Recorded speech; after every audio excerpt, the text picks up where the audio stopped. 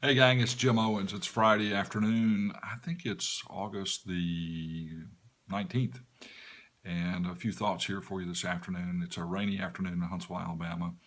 And I wanted to share a little experience with you I just had driving along Interstate 65 to a meeting that I had to attend a few weeks ago. And it was an interesting experience. I had chosen a different route by which to travel to get to the interstate. And as I joined the traffic, I found myself a few cars behind an orange cone laden truck that was traveling about 15 miles an hour. So you can imagine my excitement over having a 2 hour drive ahead of me and then realizing the first 30 minutes of it or so were going to be at 15 miles an hour. And even though my rig's a four-wheel drive, I thought it was inappropriate for me to pull into the median and try to pass the guy because he was in the left-hand lane. But immediately to his right was an Alabama state trooper who was pacing traffic that was creating a traffic jam that was backing up miles behind me. So I chose to kind of settle in and just picked up the phone to call someone and say I was going to be late for my meeting. There wasn't much I could do about it, and so I just chose to relax a little bit. Now, the driver in the right-hand lane ahead of me, a few cars, was having a little more trouble keeping his cool during the morning. He was gesticulating up and down, weaving left a little bit, weaving a little right, clearly trying to see what was going on in the traffic ahead of him, trying to figure out how long we were going to be in waiting. And he was not being successful, and quite frankly, he was harshing my calm. He was becoming an irritation to me. But I tried not to let it bother me and just plodded along the highway at 15 miles an hour. And when it became obvious to him that traffic was merging into the left-hand lane, he slowed further and cut into the left lane, swerving behind me, much to the irritation of the car he had cut off in traffic. That led to horn honking and him doing more waving and more jumping up and down, and my need at that point to identify the man's shortcomings with a name that wasn't particularly flattering and might have sounded like grass mole. I can't be clear, I can't be sure, but I do know that I didn't wave my hands up and down, bouncing them on and off of the steering wheel like he was doing. He was clearly trying to point out to the driver behind him the rationale behind his conduct. But what I did realize was my own conduct was being affected by what was going on behind me, and that wasn't a good idea because I needed to be paying attention to what was going on ahead of me. And I wasn't happy about the fact that I had chosen to label this guy. I mean, after all, he could have been late for a job interview. He might have been a brain surgeon trying to get somewhere to save somebody's life. I doubt it, but I whispered a quiet apology to him and to the universe and tried to return my focus to the road ahead of me.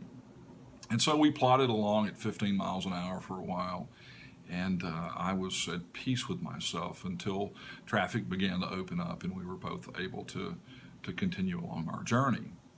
Now, there were probably a couple of lessons in all of this that occurred to me. On reflection, I realized that my focus on what was going on behind me was potentially dangerous, and I could have well made my plight worse, even though the state of Alabama hadn't chosen to check in with me before they decided what kind of traffic plans they had for the transportation department for improving roads there. Paying attention to what was going on inside of me more than what was happening behind me was essential to my safety, because I wouldn't have seen initially the truck slow down ahead of me and the car tap its brakes if I hadn't been, and I could have made the situation markedly worse for me and all the people behind me. So I think that was an important thing for me to be mindful of. There are a couple of other lessons, I think. First of all, that we can find that even our best laid plans sometimes don't work out the way we expect them to. The route I had chosen that particular morning, why of all mornings did the state of Alabama decide that it was a good idea to do this? They didn't check with me, like I said, and much to my frustration.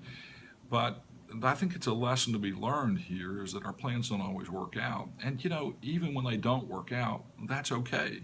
What's important is what's going on inside of here and inside of here when we encounter those situations. I think the other thing that's important is to recognize that people around us behave in ways that we don't always understand, and we're quick to label them for their own shortcomings when we really don't know what's going on with them. Like I said, he could have been a brain surgeon.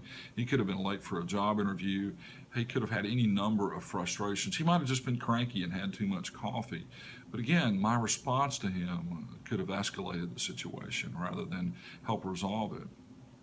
So I think those are important. I guess the final thing I would say today to you is that as traffic opened up, he sped on up a highway ahead of us and made his way off the interstate after passing a number of trucks that were pulled off the side of the road. Some of them concrete trucks, some of them were other types of construction equipment that were going to be used in this transportation project that was going on that day. And he safely exited the highway and went off to wherever he was going to go. I hope he made it where he was going safely. I know that I made it safely, and I'm happy to report that. Strangely enough, I made it only 10 minutes late to my meeting, maybe 15, and the meeting actually hadn't started on time. Apparently there was some reason why, I'm not sure quite what it is, that delayed the meeting. But I got to attend the meeting, I got to participate, learn the things I needed to learn, contribute what little I might have contributed, and make it home safely that night. So suppose the final lesson is that being late isn't always the end of the world. And additionally, it's not necessarily always a character flaw. And even when people are late, others are mindful of their own experiences that sometimes things happen. So for the weekend, I hope you'll remember that sometimes your best laid plans don't always come out the way you want them to, and that's okay.